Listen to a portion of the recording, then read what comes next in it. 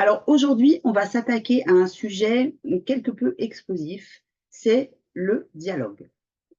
Oui, tu sais, en fait, ces fameuses lignes-là, tu vois, quand on est en train de lire un livre et puis ça nous fait un petit peu grincer des dents, parce que en fait, au lieu de ressembler à une vraie conversation, bah, ça sonne comme une pièce de théâtre de sixième, par exemple, un peu forcée, un peu plate.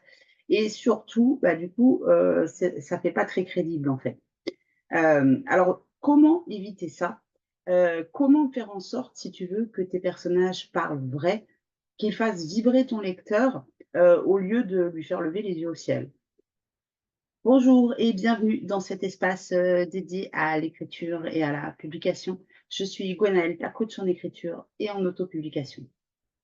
Alors, dans cette vidéo, on va passer en revue les 3 erreurs les plus fréquentes et surtout, je vais te donner des solutions concrètes pour y remédier afin de faire en sorte que bah, tes dialogues, ils résonnent comme de vrais dialogues, comme de vraies discussions et qui ne soient pas du tout plats et qui ne donnent pas envie en fait à ton lecteur bah, de passer son chemin et de refermer ton livre en fait. Alors tout d'abord, un rappel vraiment important, un dialogue, c'est pas juste une conversation si tu veux. C'est vraiment une action narrative à part entière. Un bon dialogue, il va te donner des infos, mais de manière subtile. Il permet aussi de faire avancer l'histoire.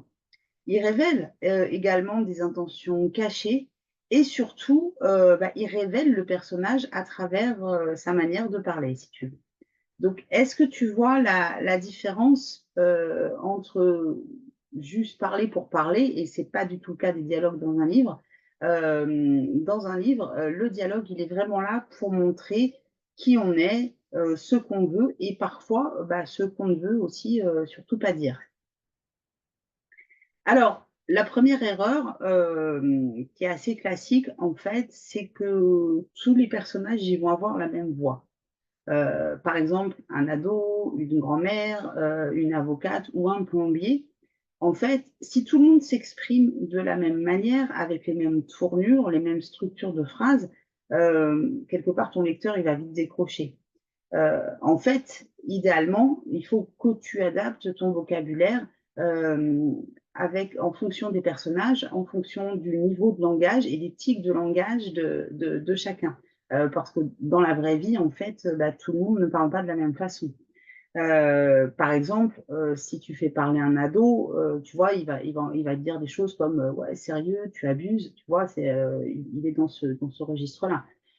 Par contre, si tu mets une avocate, elle va être plus dans un registre à dire, «Bah, je ne suis pas certaine que ce soit légalement envisageable». Tu vois? On n'est pas du tout sur le même niveau de langage, sur les mêmes tournures de phrases, sur le même vocabulaire, en fait. Donc ce que je t'invite à faire, bah, c'est déjà de t'amuser avec ça en fonction de tes différents personnages et de voir, bah, quel serait, leur type de langage, quel serait leur vocabulaire, leur tonalité, les tournures, qu'ils emploieraient. Et du coup, toi, ça va te permettre de les maintenir et de les faire devenir vraiment vivants, dans ton roman. Alors, le piège numéro 2, en fait, c'est de tomber un petit peu dans le côté, théâtre de collège. Alors je mets des guillemets, j'ai rien contre le théâtre de collège, mais du coup, effectivement, si tu lis un dialogue qui ressemble, bah, à une pièce de théâtre jouée par des enfants, tu te doutes bien que ton lecteur, il risque de décrocher, en fait.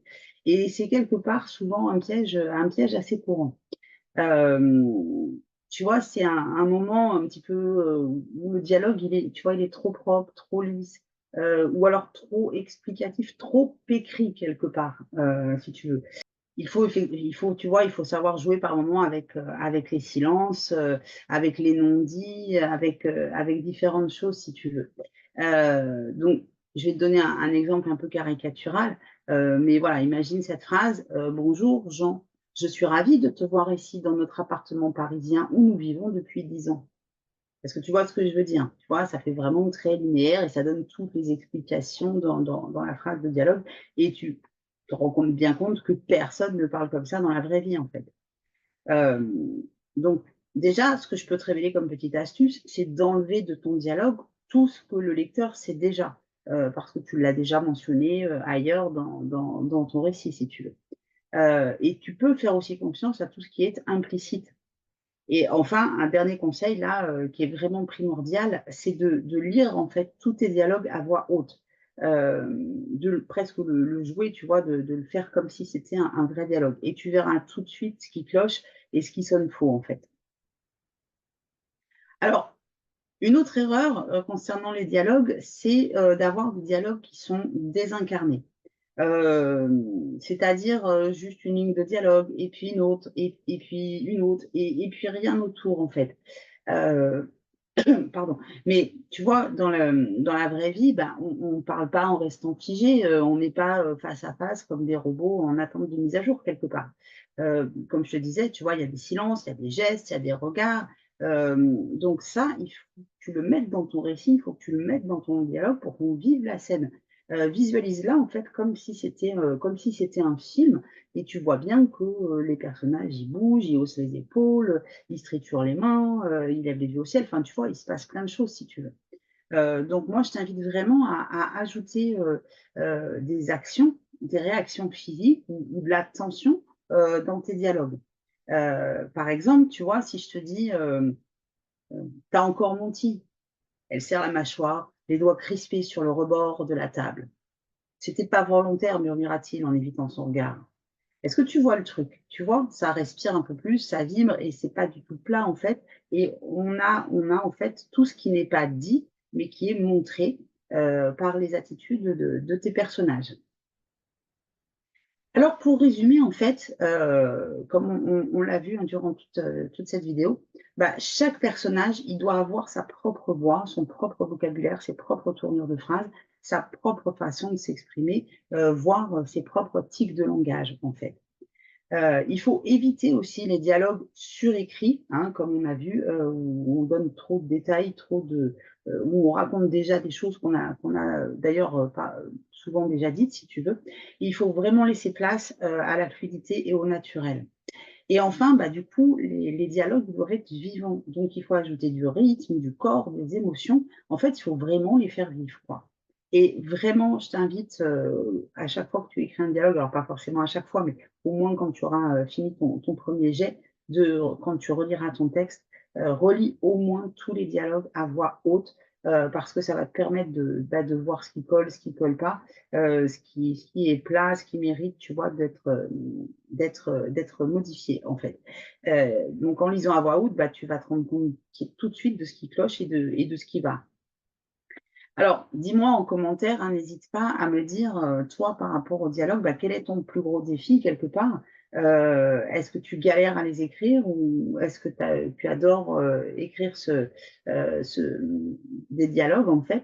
Ou alors est-ce que tu les évites comme la peste et tu fais tout pour ne surtout pas en mettre dans ton roman?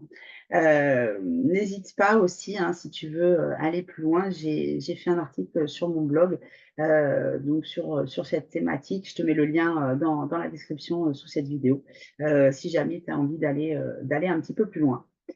Voilà, bah, écoute, j'espère que cette vidéo t'aura apporté, des éléments pour t'aider à avancer dans l'écriture de ton livre et notamment là, à structurer, les dialogues entre tes différents personnages. N'hésite pas, hein, à me faire un petit coucou dans les commentaires, je te lirai et je te répondrai bien évidemment avec grand plaisir. D'ici là, bah, bien sûr, hein, toujours, le même mot d'ordre, continue à écrire. Nous, on se retrouve la semaine prochaine et je te souhaite une très belle écriture et je te dis à très bientôt.